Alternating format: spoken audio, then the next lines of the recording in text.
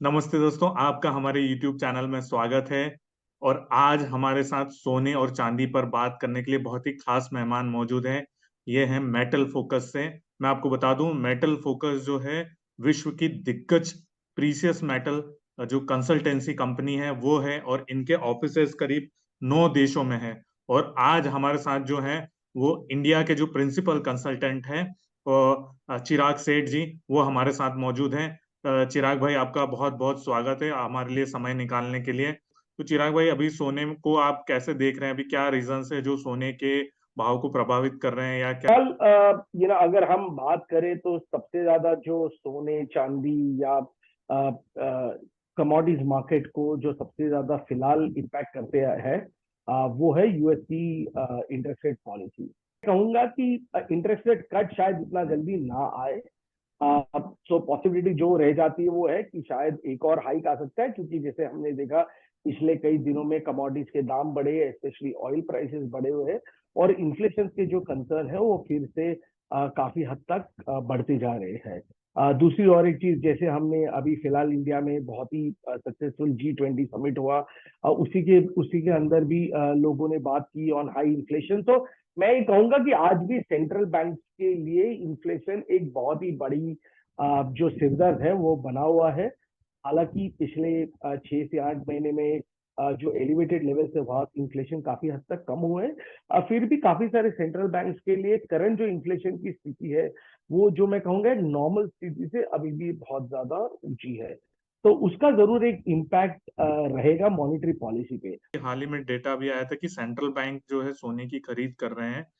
तो वो भी इस बार थोड़ी सी ज्यादा बढ़ के आई है, क्योंकि अभी सब लोग जो बॉन्ड और उसको सिक्योरिटीज को छोड़ के जो गोल्ड के अगेंस्ट अपना गोल्ड का रिजर्व बढ़ा रहे हैं सेंट्रल बैंक्स। तो वो कैसे देख रहे हैं? वो भी क्या इम्पैक्ट करेगा, या उसका कोई इतना असर नहीं होगा? देखिए वीरेंद्र जी, एक चीज है कि आपने सही बात कही कि सेंट्रल बैंक अब एक बहुत ही बड़ी प्लेयर बनती जा रही है गोल्ड मार्केट में। हालांकि इसे एक्चुअली में दो या तीन चीजें देखनी बहुत जरूरी है। एक है कि ये कोई नया प्लेयर नहीं है गोल्ड मार्केट में। पिछले अगर हम देखें तो 10-12 सालों से करीबन सेंट्रल बैंक कंसिस्टेंटली बाइंग करती जा रही है। हाँ, इस 2 साल में शायद ये चेंज हुआ कि काफी सारी नई सेंट्रल बैंक जरूर ऐड हुई एक लंबी चौड़ी लिस्ट में, जो सोने में बाइंग करती रही है। जैसे हमने देखा इंडियन सेंट्रल बैंक आरबीआई ने लास्ट 2-3 साल में काफी हद तक बाइंग की हुई है। अब एक चीज है कि अगर हम पिछले साल देखें तो 1100 टन की रिकॉर्ड बाइंग हुई सेंट्रल बैंक में। तो हमें ये नहीं लगता है कि इस साल उस लेवल की बाइंग जरूर होगी। हमारा मानना है कि शायद हम फिर से 500 से 700 टन के बीच का जो लेवल है उसके अंदर आके जरूर एक सेटल हो जाएंगे। अब दूसरा, कई बार लोग मुझे कहते हैं सेंट्रल बैंक बाइंग है तो देखिए सोने का दाम ऊपर बढ़ना चाहिए। पर हमने पिछले साल देखा कि सेंट्रल बैंक बाइंग रिकॉर्ड होने के बावजूद हमने सोने में इतनी बड़ी भारी गिरावट आते हुए देखी। तो देखिए, ये जो होता है, क्या होता है कि सेंट्रल बैंक बाइंग शायद आपको फ्लोर दे सकती है, वो ये नहीं रोक सकती कि दाम गिरते हुए नहीं रोक सकती, या दाम बढ़ते हुए शायद उसको और ज्यादा पुश कर सकती है।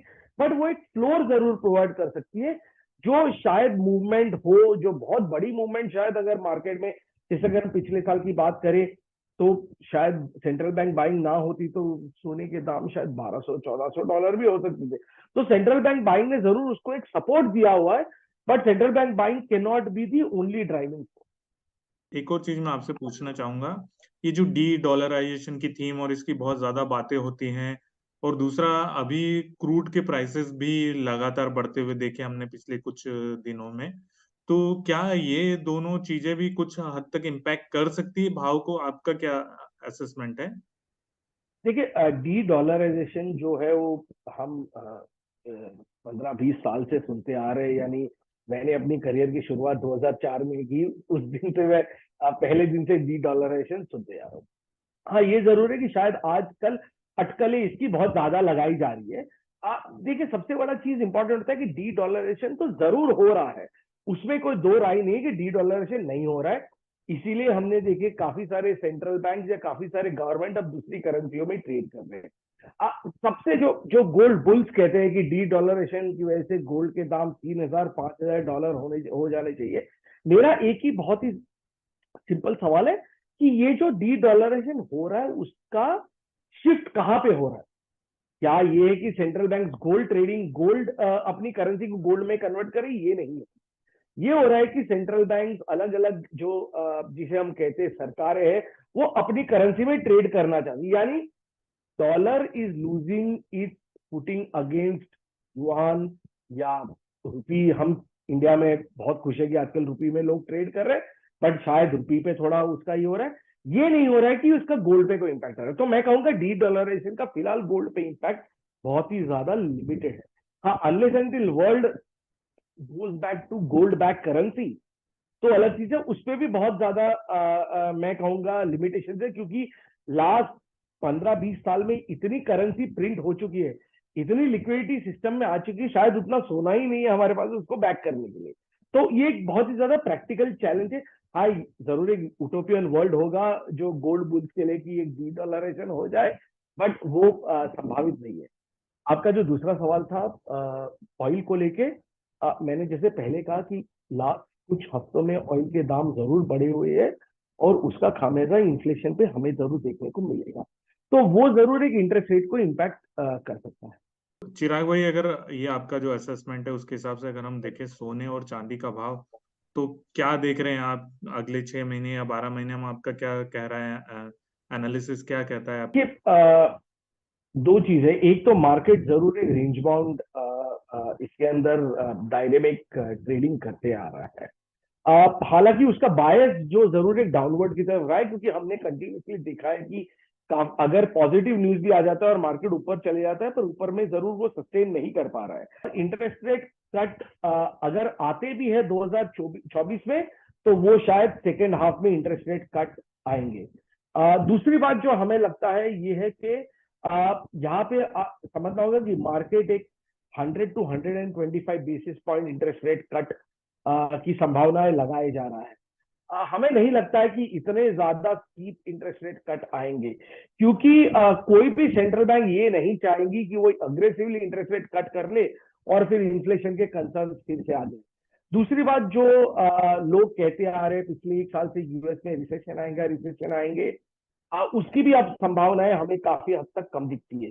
तो ओवरऑल हमारा मानना है कि इन स्तरों से भी गोल्ड में और सिल्वर में दोनों में गिरावट शायद और देखी जा सकती है। सिल्वर गोल्ड में हम 100 से 150 डॉलर की गिरावट देख सकते हैं, और उसी तरीके से सिल्वर में 5 से 10% की मिनिमम गिरावट देखने को मिलती है।